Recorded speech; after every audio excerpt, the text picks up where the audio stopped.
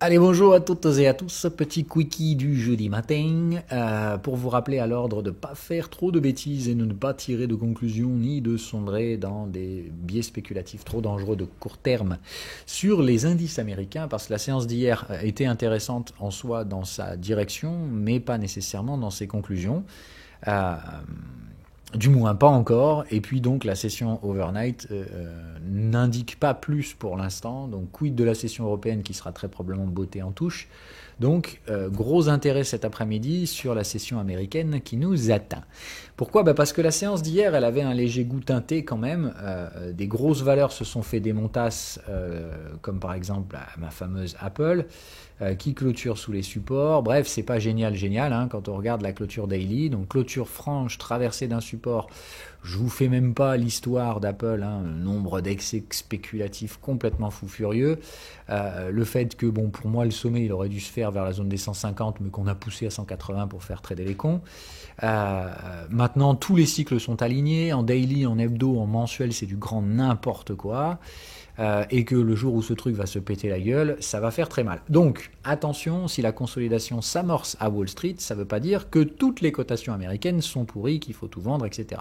Il se peut très bien que ce soit limité à quelques grosses valeurs, mais qui pèsent tellement que, à elles seules, elles font chuter le S&P 500.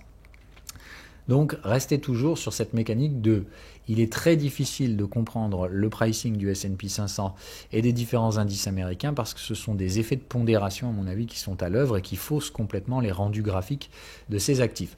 Pour le faire simple, hein, tout simplement, pour moi le S&P 500 il montait principalement grâce à 5 valeurs alors que les 495 autres se faisaient un peu démonter ces dernières semaines. Ce qui fait qu'on risque d'avoir un effet de rotation de l'argent de ces 5 valeurs qui va aller alimenter des secteurs complètement massacrés.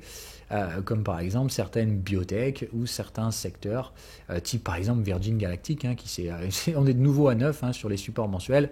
Bref, donc autant vous dire, il y a des valeurs intéressantes à acheter, et à côté de ça, il y a des trucs où tout le monde pense que ça baissera jamais, et quand ça va commencer, ça va pas s'arrêter, ça sera un carnage. Je vous le maintiens, hein, le jour où Apple ça tombe, c'est minimum sous les 100 dollars, hein, donc ça fait encore 40% de baisse à venir sur Apple avant de jouer les moindres potentiels premiers achats. Donc il faut vraiment rester très très prudent sur ces indices.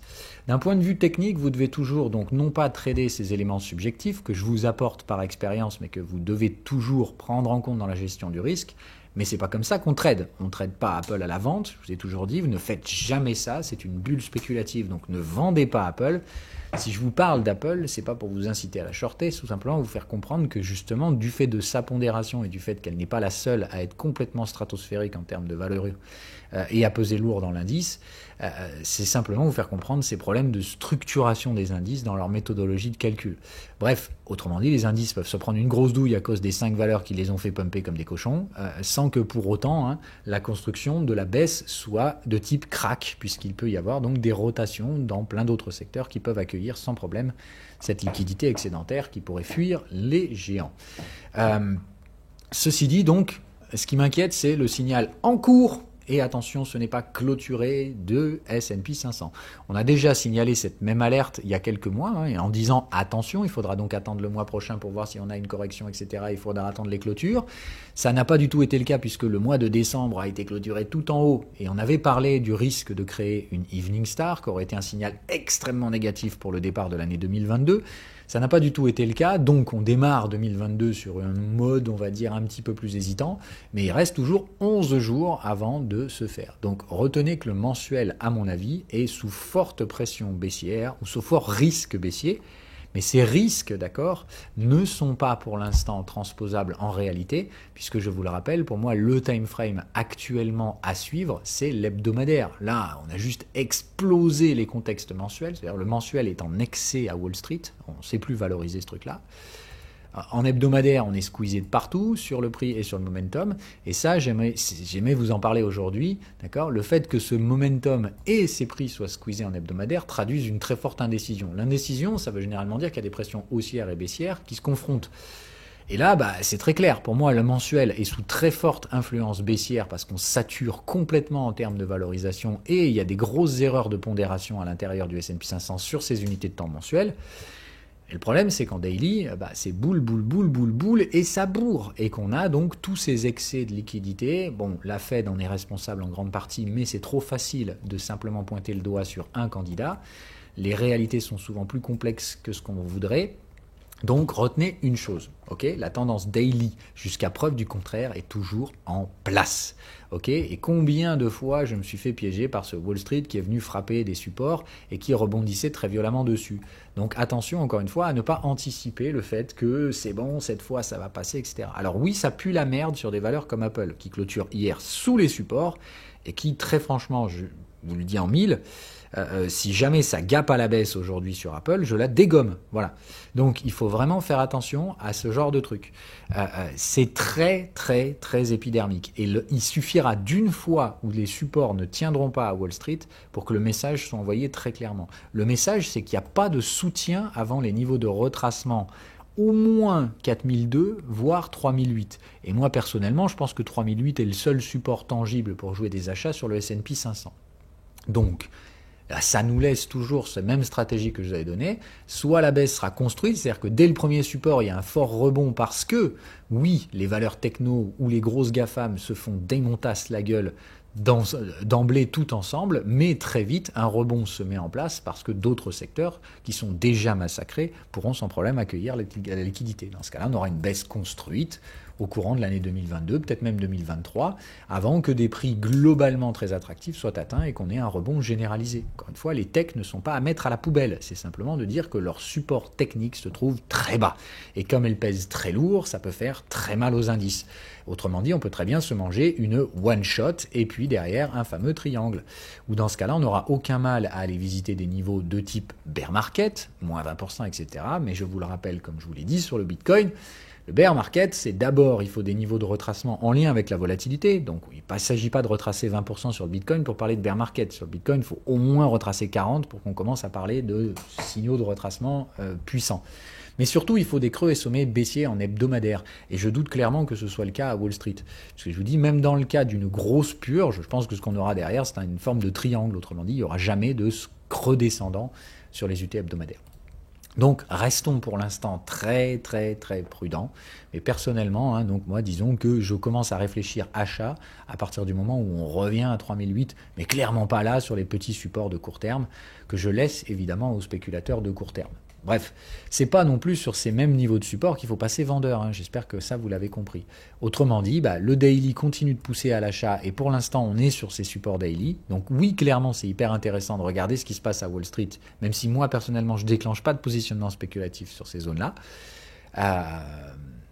Et on est donc sous forte pression mensuelle sur des signaux encore non validés. Donc l'intérêt, c'est de comprendre que le mensuel, quand il va se retourner, il prendra probablement le pas très brutalement sur le marché.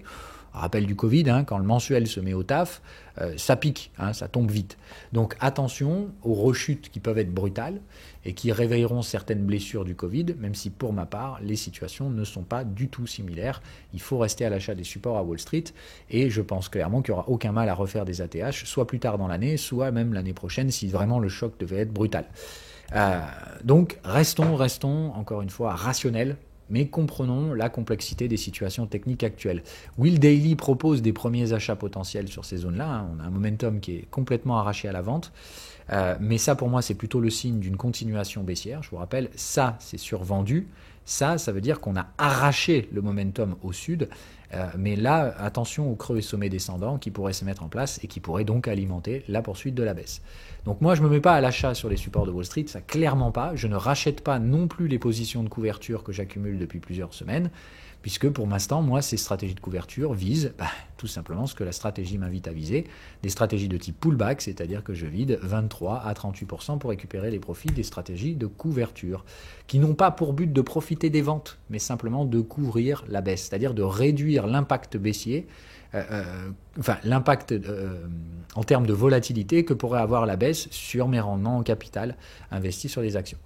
Voilà tout simplement. Autrement dit, globalement, je vais perdre de l'argent sur ma valeur boursière globale, mais je vais réduire l'impact de cette baisse en la compensant par des gains sur des produits de couverture, tout simplement.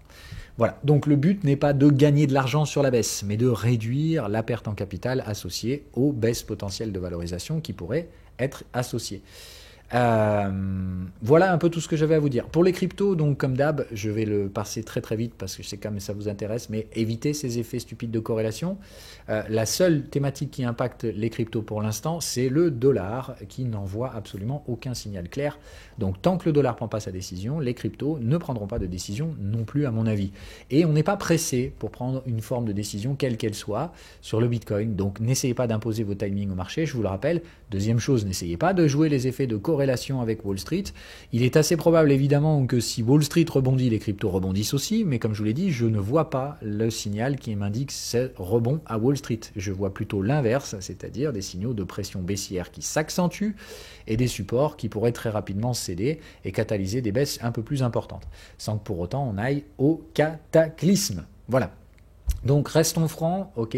Ce qui est important, c'est la clôture mensuelle. Autrement dit, je parie beaucoup plus sincèrement que Wall Street va botter en touche pendant les prochains jours en travaillant au-dessus et en dessous de ce support. Mais je ne pense pas que Wall Street va apporter une réponse quelconque suffisamment franche pour donner une direction. Donc la question est, c'est pas Wall Street qui drive les marchés à crypto, c'est uniquement le dollar. Ok. Si le dollar entame sa phase de baisse, d'accord, je pense que c'est le plus probable d'ailleurs, eh bien, les cryptos n'auront aucun mal à se dépareiller des marchés actions qui, eux, resteront en travail très dangereux de ce support ou même pourront le casser sans aucun souci, sans que nécessairement les cryptos suivent la danse. Donc, ne mélangez pas ce qui ne se mélange pas.